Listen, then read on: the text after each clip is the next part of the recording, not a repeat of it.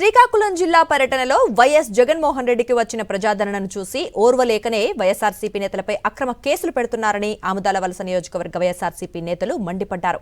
తమ నియోజకవర్గ పార్టీ సమన్వయకర్త చింతాడ రవికుమార్పై అక్రమ కేసు నమోదు చేయడానికి మహిళా ఎస్ఐ ప్రవల్లికను కూటమి నేతలు బలిపశువుగా వాడుకున్నారని వారు దుయ్యబట్టారు. చింతాడ రవికుమార్ను రాజకీయంగా అణగదొక్కేందుకు ఆయనపై అక్రమ కేసులు నమోదు చేశారని ఆగ్రహం వ్యక్తం చేశారు. ఆ ప్రోగ్రాం జగన్ గారు సుమారు 4 గంటలకు వచ్చిన తర్వాత ఆమె వాళ్ళ స్టాఫ్ని తీసుకొని కొత్త రోడ్డు దగ్గర ఒక హోటల్కి వెళ్ళి లంచ్ చేసింది. ఆమె ఇంత దుర్మార్గమైన సంఘటన ఒకవేళ జరిగి ఉంటే ఏ మహిళ అయినా తట్టుకొని అంత సంతోషంగా డ్యూటీ చేస్తూ అందరితో సరదాగా ఉంటూ అలా ఉండగలదా అని ఒక్కసారి నేను మీ ద్వారా ప్రశ్నిస్తున్నాను.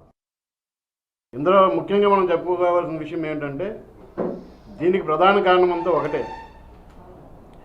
ఒక సామాన్యుడు రాజకీయంగా ఎదుగుదలకి రాకూడదు, ఒక సామాన్యుడు రాజకీయవేత్త కాకూడదు, ఒక సామాన్యుడు అవినీతిని ప్రశ్నించకూడదు, ఒక సామాన్యుడు అడ్డుకుంటే సామాన్యమైన వ్యక్తి మీద ఇంత నీచమైన చర్యలకు పాల్పడుతున్న పార్టీలు ఏమైనా ఉన్నాయంటే ఈ కూటమి ప్రభుత్వం ఒకటే ఉదాహరణ.